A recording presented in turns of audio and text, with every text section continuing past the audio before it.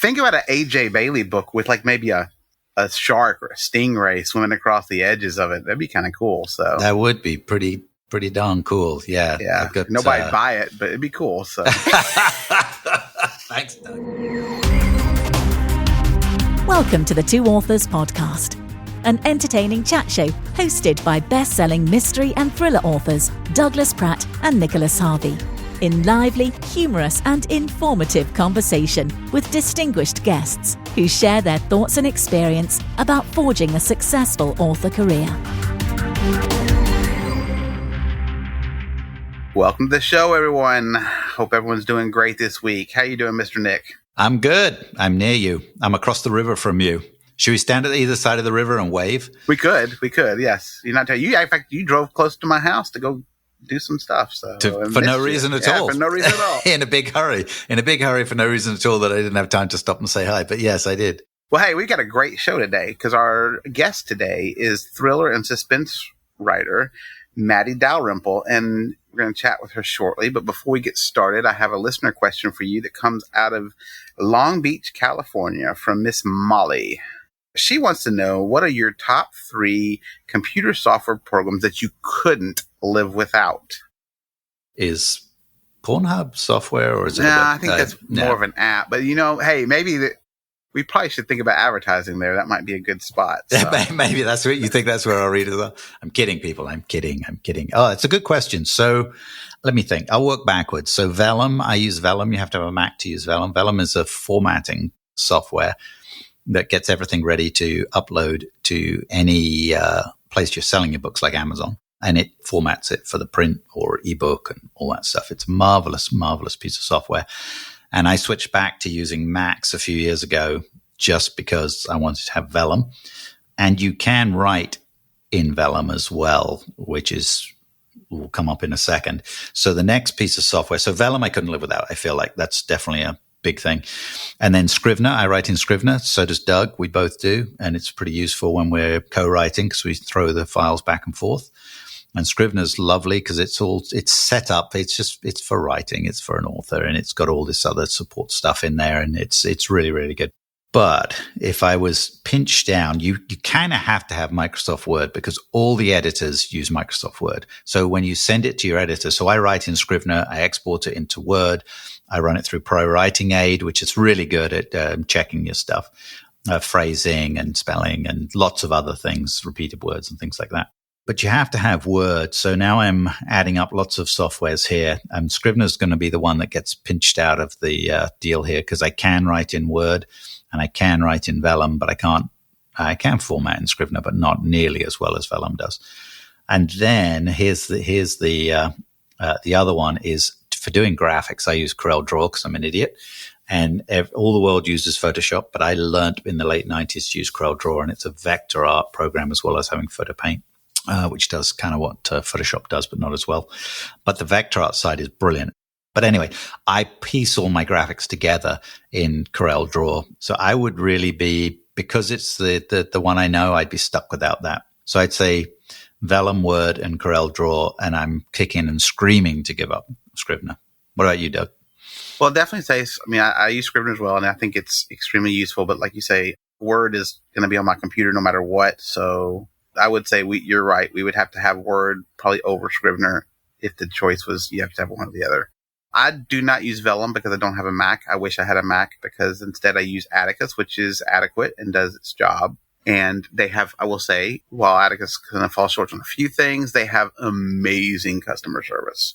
If you have any issues, they're run by the same people who do Publisher Rocket. So they have both. If you have customer service issues, amazing customer service on both ends. So I've got to say that. So that's definitely use Atticus. I'd say Word. And then not really a software, but Book Funnel maybe. But I'm going to say Pro Writing Aid because I do think it's a software and it does a lot to help keep me from using my commas in the wrong place. Cool. Good question, Molly. Thank you. On to this week's guest. So we're going to be talking about diversifying. and doing other things apart from just writing our books, which is the mainstay, of course, of what we do with Matty Dalrymple. She's the author of the Lizzie Ballard thrillers and Kinnear Suspense series, but she also podcasts. She writes, speaks, and consults on the writing craft and the publishing voyage. And she does that all under the moniker of the Indie Author, which is another great podcast you can find, guys. So if you're listening to this, you're into podcasts, so give hers a listen. Let's meet Matty.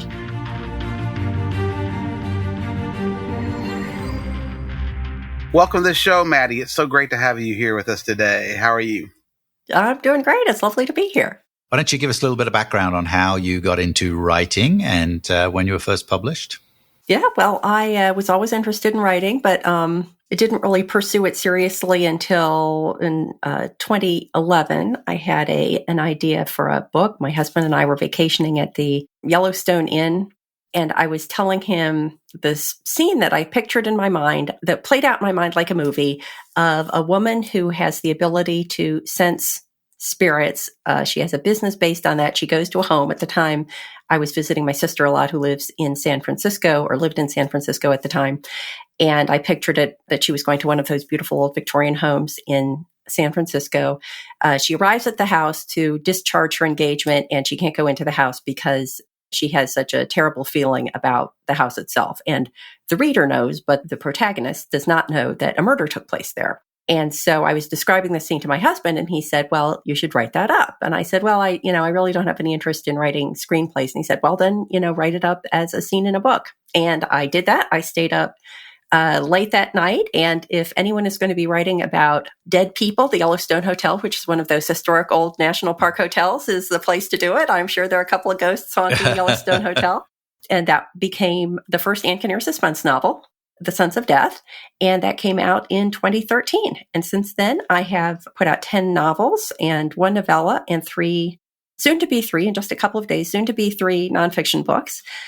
And as of 2013, that was where the publishing journey began.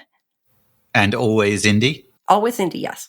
Great, which is the Indie Author, which is the title you have for your podcast and a lot of your other nonfiction stuff. So you've got a new nonfiction coming out. Tell us about that. Yes, I do. So I co-wrote a book called From Page to Platform, How to Succeed as an Author Speaker with my friend and colleague, Michael Laron. We had been presenting at a Writer's Digest annual conference in New York City, and we had been presenting separately. And then at the end of one of the days, we went out for dinner and we were chatting about, how we had landed that gig and best practices, pitfalls that we had experienced or seen others experience and how to avoid them. And at the end of that conversation, we thought, you know what, we have enough here for a book. And I think we worked on that for over 2 years because neither of us could allocate full-time attention to it, especially Michael, who's an incredibly busy man. But yeah, that's coming out on August 30th, 2024. So it's definitely one of the things we'd like to hear from you about is the expanded roles you have outside of writing your books. So you've got plenty of books out there. You're publishing. How many books do you normally publish a year? Pretty much 1 fiction book a year. Then the nonfiction I'm publishing just when the spirit moves me, but I'm hoping to have 1 this year. And then Michael and I will probably be publishing another one next year on co-authoring because we did the co-authored book and then we got done with that. And we were like, yeah, we learned a lot that we could really share profitably and productively with our fellow writers. That would be handy. If we might need a book about that. Yeah, Doug and I have done a few collaborations. We write a series together, and then we've done some for the Tropical Authors, where we've both been involved in that with multiple other authors. So it's there's some good material there that will be very, very useful for people getting involved in that. I'd be curious. Originally, Michael and I thought about covering both fiction and nonfiction, and then we realized that Michael has co-authored more fiction. My only fiction co-authoring experience was a short story I wrote with a fellow sister in crime, Jane Gorman. She and I both had protagonists that lived in the Philadelphia area.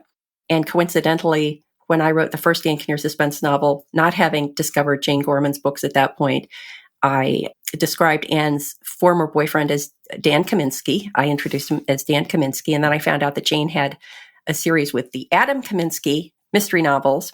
So as soon as I found that out, I pestered her and I said, we have to figure out a way that Anne meets up with Dan's cousin Adam for some reason. Yeah, So we that's did nice. that. But we thought, the fiction co-authoring is different enough. And there was enough to say about nonfiction co-authoring that I think at least our first book is going to be focused on nonfiction co-authoring. Got you. And most of the speaking engagements that you do, are they around the subjects of your nonfiction books? Yeah, I was doing speaking engagements before I had books to act as the background for it. But now I am really favoring speaking engagements that are tied to a book, because obviously that's great content marketing. That's, it's great at the end of a presentation to be able to tell people, if you want to know more, I have a book on that topic. So that is definitely the focus of my speaking engagements now. Well, I was going to say, so I'm curious, because I see a lot of people who, especially new authors who are like, I can't afford to advertise. And so they'll try to do their own like speaking engagement or something that's kind of more of a grassroots kind of a thing like that. And I'm curious how you see that affecting your book sales. I mean, I'm obviously at the day of, if you're doing a book on that talk, it might boost that. But what about, is it ongoing afterwards?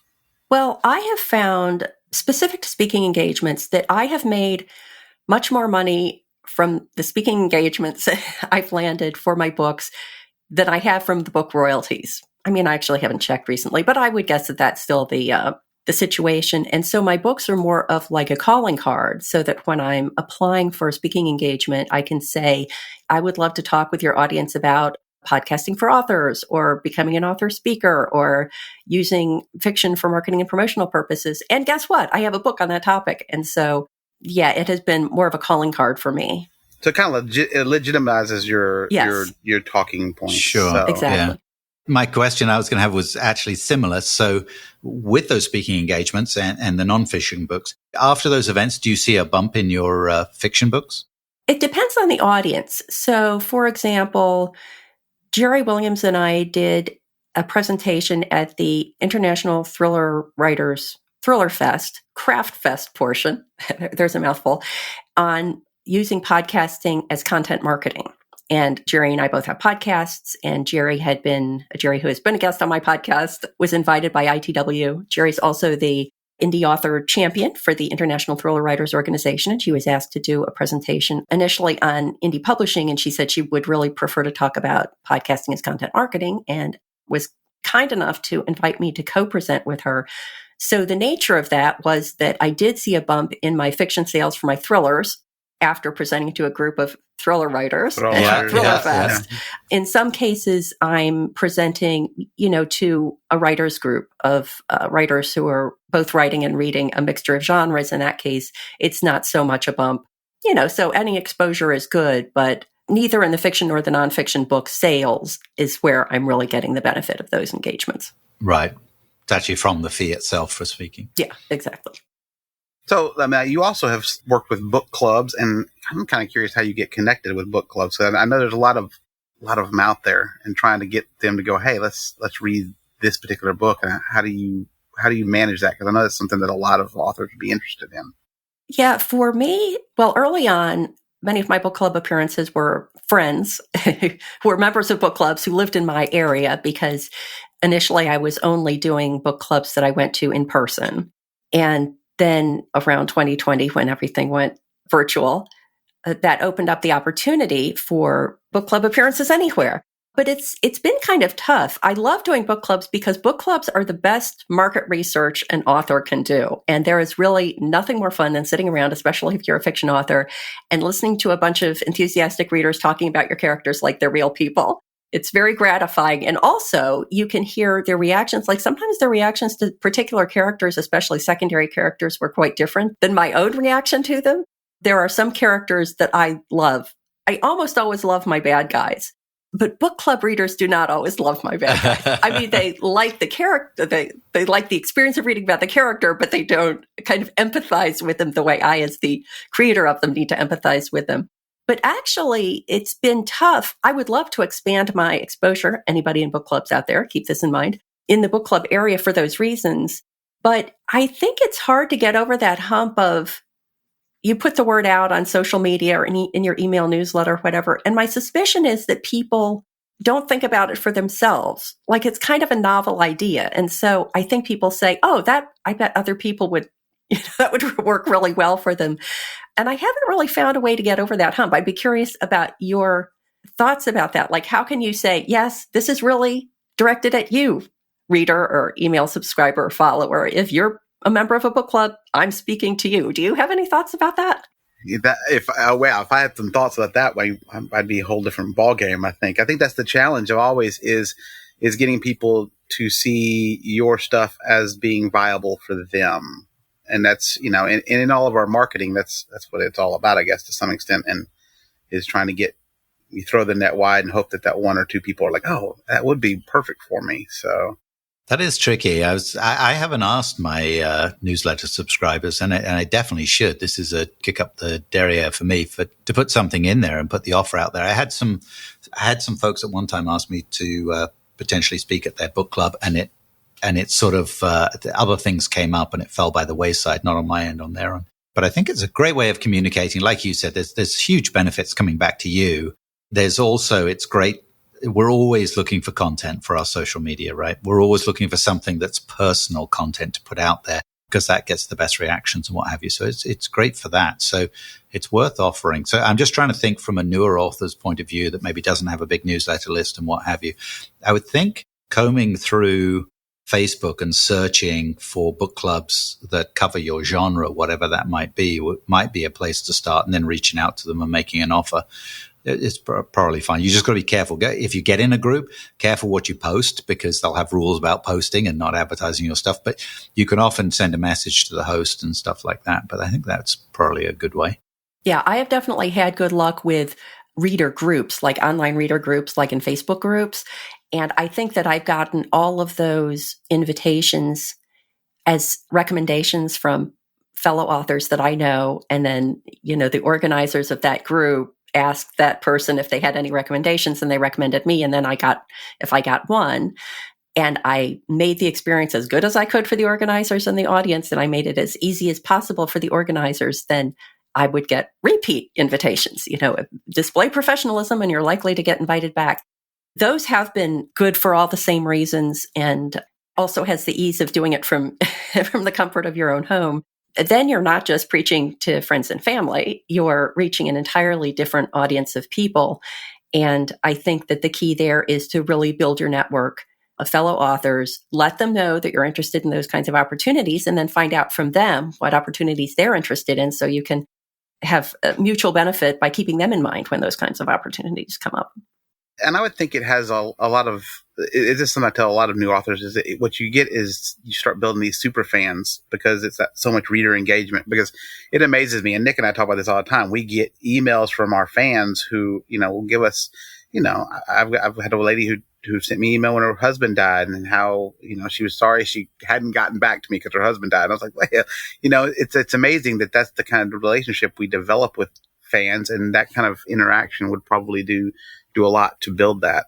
So. Yeah, there's a woman who has shown up in several of these events I've done. And one day I went to my P.O. box when I still had a P.O. box, and there was a personal letter in there, which was surprising. Usually it's only business correspondence. I opened it up, and this woman had embroidered me a personalized bookmark. And I was like, that is so wonderful. And then like a year later, I was reading a book that had the bookmark in it. So I took a picture of it and I put it up on Facebook, and I flagged her and I said, look, Ruth, I'm still using your bookmark. And she wrote me and she said, oh, I almost cried when I saw that picture that you're still using my bookmark. So yeah, just for many reasons, not just business reasons, make the most of those kinds of connections. We had a fan who sent both of us a pen with our book covers on them, and I still use it for my book signings and stuff. It's that is really neat, cool. So. Yeah, the custom pens, they're amazing. Craig Meyer made them for us. He's a super guy. And I have a book called Lighthouse Point. He made me a pen with the book cover around it and like a strobing little light on the end of it. Like a lighthouse. Oh my gosh. That's fantastic. Yeah. I refuse to sign a book for anybody now unless I have one of Craig Meyer's pens to sign it with.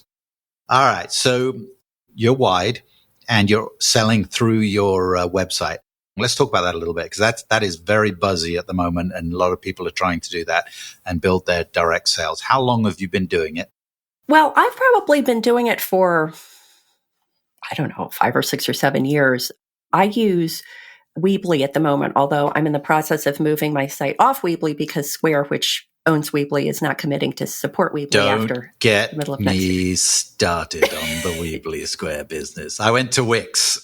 I went to I've got Wix. to switch mine from Weebly, so yeah. Weebly was fantastic. I loved it, and they have Until a lot it of wasn't.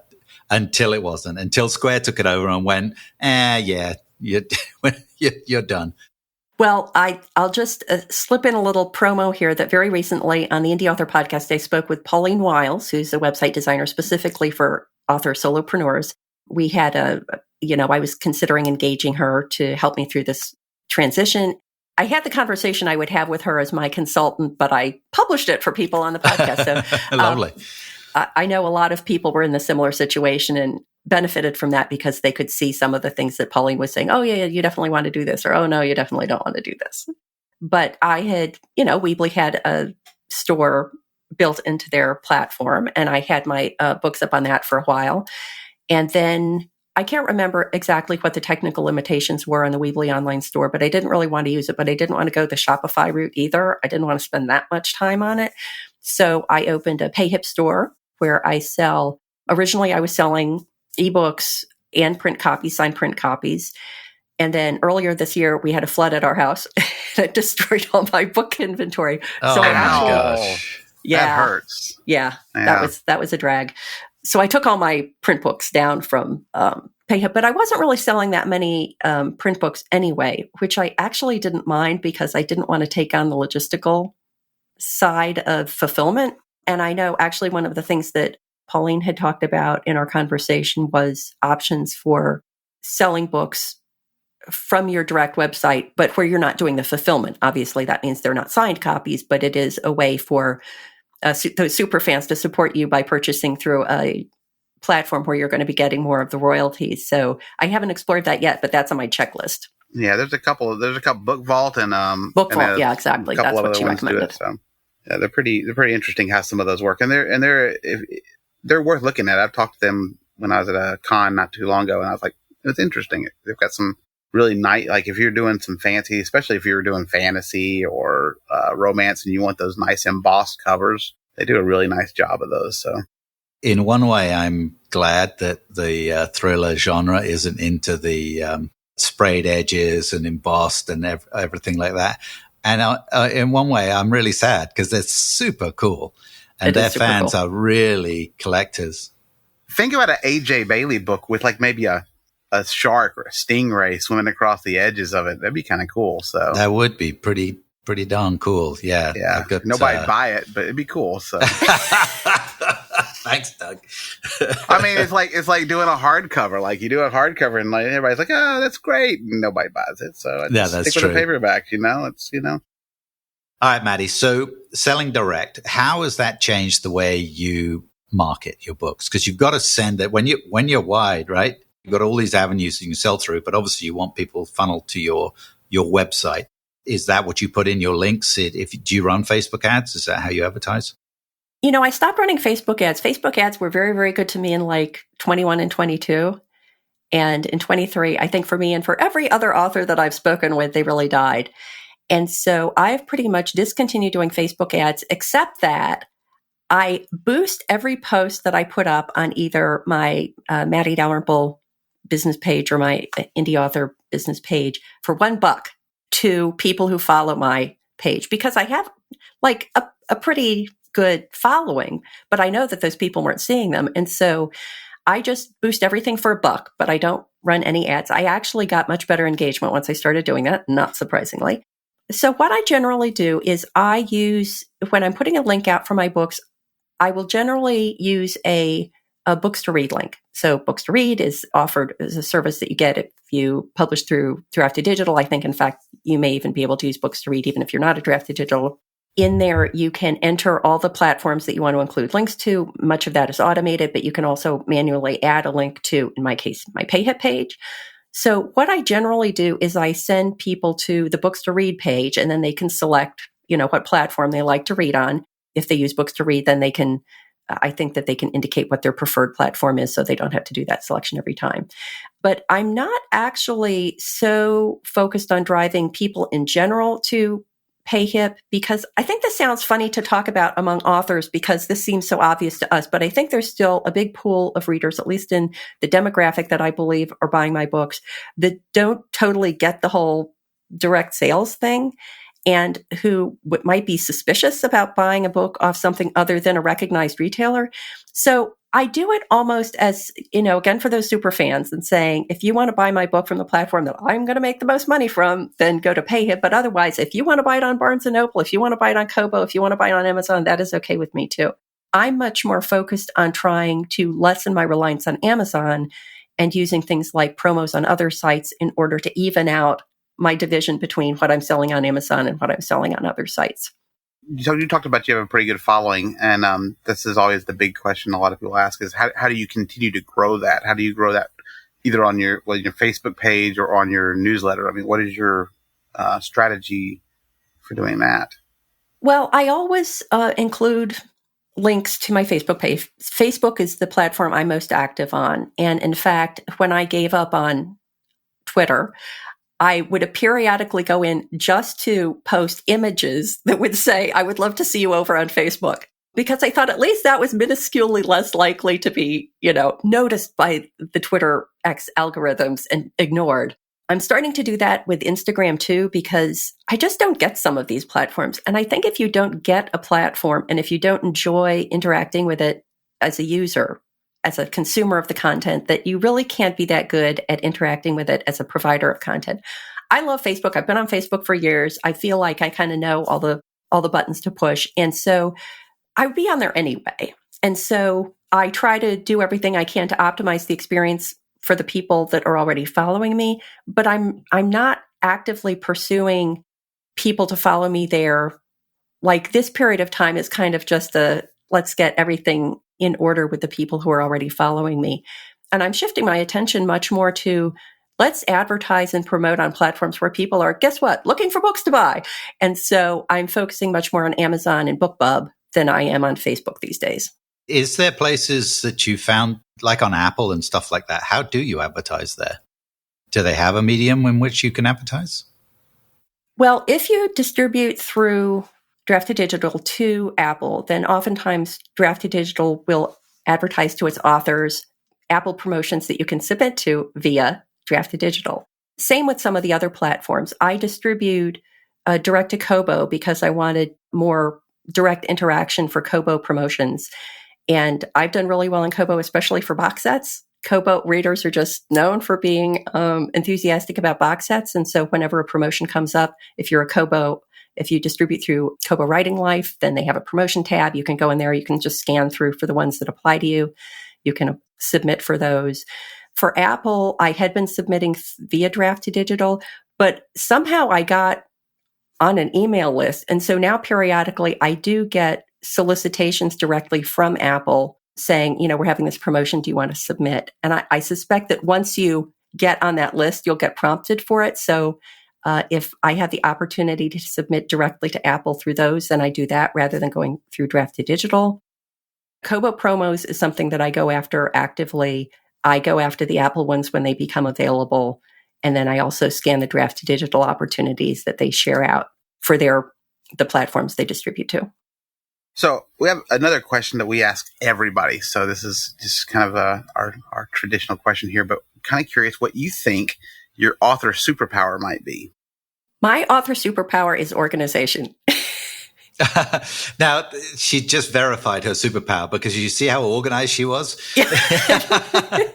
She was fully prepared. She pulled out a checklist and was like, yep, got it. Yeah. So you and Nick will love each other then. Yeah, Nick, I think maybe you and I talked about spreadsheet nerdiness in some previous conversation. Yeah.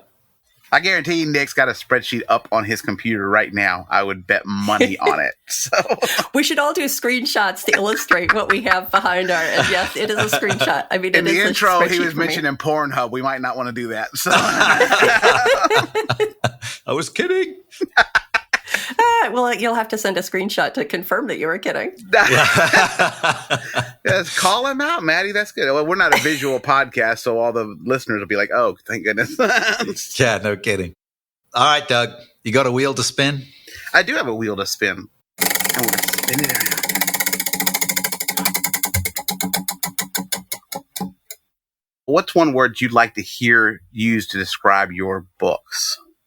One word. It can't be a phrase, right? It has to be one word. It can be a phrase. We'll allow a phrase, yeah. So the thing that I love reading in reviews is engaging characters. Or, sometimes I'll see people say, I feel like these are my friends, or they've become friends and family to me now. Or I had spoken earlier about the people at book clubs who speak about my characters as if they're real people. And that's the thing that makes me happiest, when I feel like my characters have connected with the readers in that way. And of course, there are many other things. If people have nice things to say about a book, they're fun to read too. But that's what I really love. I love my characters, and I want my readers to love them too. That's superb. Yeah, it's one of the great things about writing series. Yeah. Yes. I always like it when somebody responds and says, well, I sure wish Chase would have gotten with this girl. Like they're really vested in him. They always want to matchmake. Our readers are like, when is this character ever going to finally get together with this character? I was like, I don't know. You're going to have to keep reading and find out. Yeah, it's always fun. But that's the great part, was when they really get invested in those characters and really want to see what happens next. So I think that's a good example. How about you, Nick? What do you think? What's your one word you like? I think Matty stole it, actually. She one-upped me right there. Unputdownable, which isn't actually a word, but we'll use it because it can be a word. In the industry. It's the English language. It's ever growing. So in America. We're not as stringent as you guys over there. You're definitely not. You're definitely not. Unputdownable, sure. Why not? Yeah, we can use that. So, but I love the fact that what you said about the characters, when they're truly engaged in the characters and truly care about what happens with those characters, and they literally get upset when you do things, and they get happy when you do other things, and stuff like that. In my AJ Bailey series, she had a boyfriend which I introduced after, I can't remember, 5 books or something, and then I was like, I don't know what to do with him every book. To be honest, and she needs to be thrown on edge a little bit more. So so they broke up, and through, like, no one did anything wrong. It was just life, like, pulling in different directions kind of thing, which I thought was great. And people were upset, like, oh no, except for one guy. He's like, I hated that guy. That's fair, but that's just because we're all... He literally, he's like, I'm glad he's gone. I hated that guy. That was me, because I was trying to hook Chase up with her. So I'm always trying to get Nick to let me slide into the Caymans with my character and have him go out with AJ, because I've got this book crush on her. So that is very funny. I'm thinking of this short story I co-authored with the Ann Kinnear character and Jane Gorman's Adam Kaminsky character. And I wanted to be super clear that this was not like the beginning of a romance. Not that they're both not very attractive and compelling people that, would be great if they dated. But I was like, this cannot be confused as the beginning of anything going on. And so we hit this is like the cousin of my ex-boyfriend thing very hard. And she was like, oh, this is pretty creepy. Do I really want to meet up with this person? The scenario was he was investigating a crime. He had kind of come to a dead end, and he reluctantly accepted a fellow detective's advice to bring Anne in. And so they went in very I don't know about this, which I think was more fun than I just would be horrible at romance. I'm hoping to put off any romance as long as possible, because that is not my wheelhouse. Yeah, not my forte. Yeah. Doug, you got a word? I would say nonstop action. I mean, a phrase. I mean, otherwise it'd be just, the action, because that's kind of like the unputdownable. I like them to be I couldn't even stop reading. It was so much action. So yeah. And you get that a lot, because your books are nonstop action. They are. They're exciting. All right. This was fantastic, Matty. Thank you so much for joining us. And we'll have links in the show notes, folks. So listen to the Indie Author podcast, because she has wonderful guests on. And Doug and I have been guests on at one time or another. I haven't yet. I'm coming on next week. She hadn't told you yet? Yeah, you've been canceled. Oh, that's fair. After this, she's probably like, I'll listen to that. So, yeah, I've had enough of Doug. All right. Thank you so much. Thank you. This was a great conversation. I appreciate the invitation.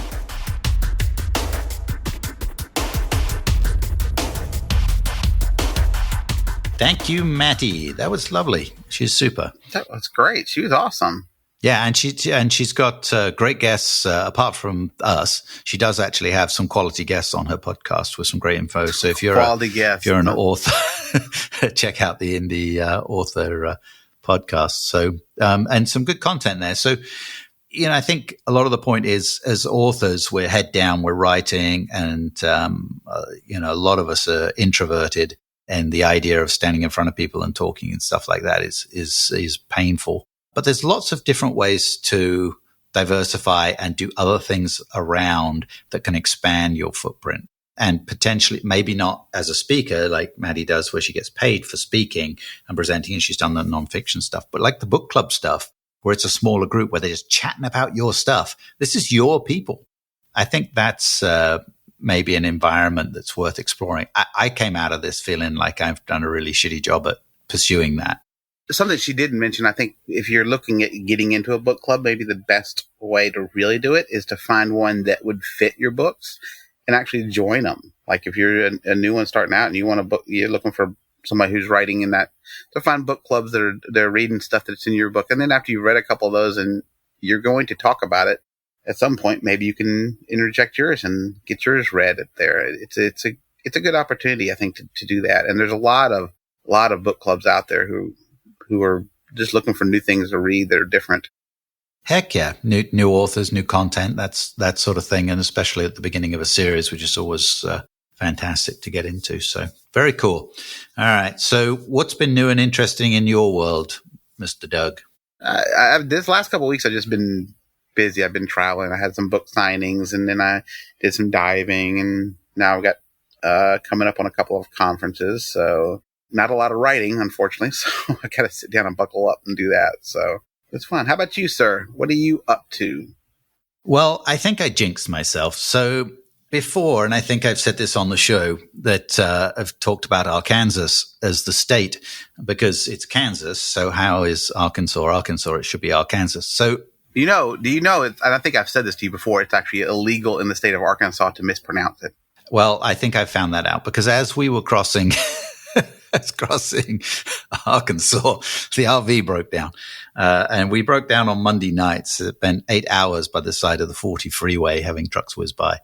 And finally got towed, which is quite an experience, to a place. And our RV has been in the shop all week, and it's been an expensive and frustrating and tricky experience. And it's one of the downsides of your RV also being your home is when someone has to do something to the RV, you get kicked out of your home. Yeah, you can't sleep in the garage, huh? No.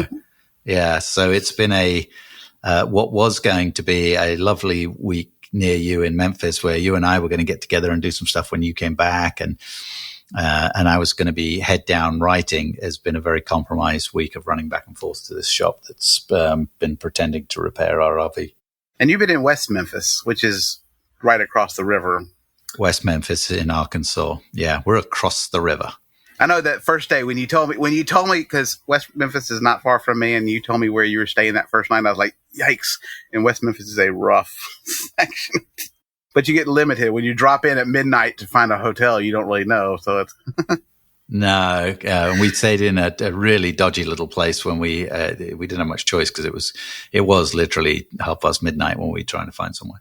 But one thing we did find, we went to the local library in one of the little towns, which was a nice little town, and which I'm remiss in forgetting the name of. But we went in the library and worked from the library. Lovely, lovely people in there, and that was great. And that's a shout out to all the libraries and librarians and all that stuff. You gotta love. Wonderful. Yeah, I work in libraries all the time. And if you're an author and you're looking for a place, I know the coffee shops are a go-to. But if you need a little peace and quiet to go work and write, libraries, don't forget about them, because most all libraries will let you come in and find a little space and do work. To add to that, libraries are also great for promoting your books. You know, libraries love to have people come in. I've done lots of library events. So if you're looking to promote your books, always reach out to the local library. So, well, hopefully you're going to be back on the road. But until then, everyone can check out our show notes for links in a little bit about Matty's information. We'll have links to her podcast and her books and everything. But you also can find stuff for our books, our social media, and then look for new episodes every 2 weeks. Until next time, be cool to each other. And fair winds and following seas. You've been listening to the Two Authors podcast with Nicholas Harvey and Douglas Pratt. Subscribe on your favourite platform for alerts on new shows coming every 2 weeks.